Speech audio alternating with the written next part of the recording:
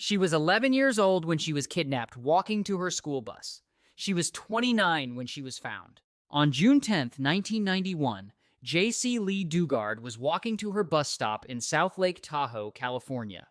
Suddenly, a car pulled alongside her. Phillip Garrido, a convicted sex offender on federal parole, stunned the young girl with a stun gun and dragged her into his vehicle.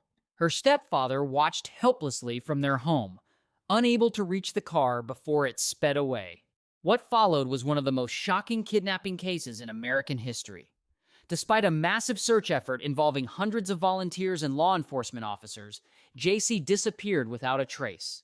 The case gradually went cold. 18 years of captivity. Garrido took Jaycee to his home in Antioch, California. There, he and his wife Nancy held her captive in a hidden compound of tents and sheds in their backyard. Garrido had soundproofed and secured the structures to prevent any chance of escape.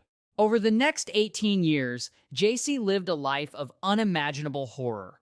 She was repeatedly raped by Garrido and gave birth to 2 daughters, the first when she was just 14 years old. She was forced to raise her children in total isolation. Garrido used psychological manipulation to maintain control, telling Jaycee he was an angel and that she had to stay hidden to avoid demons in the outside world. The discovery and rescue. In August 2009, the nightmare finally ended. Garrido brought Jaycee and her daughters to the University of California, Berkeley, to distribute religious flyers. Campus police grew suspicious of his behavior and the withdrawn appearance of the girls. A background check revealed Garrido was a registered sex offender on parole. When police investigated his home, Jaycee finally revealed her true identity.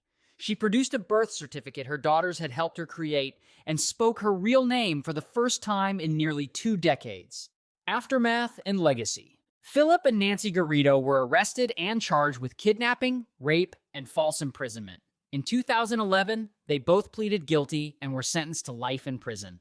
Jaycee's story raised serious questions about parole supervision, as officers had visited Garrido's home over 60 times without ever discovering the hidden backyard compound. Since her rescue, Jaycee has shown incredible resilience.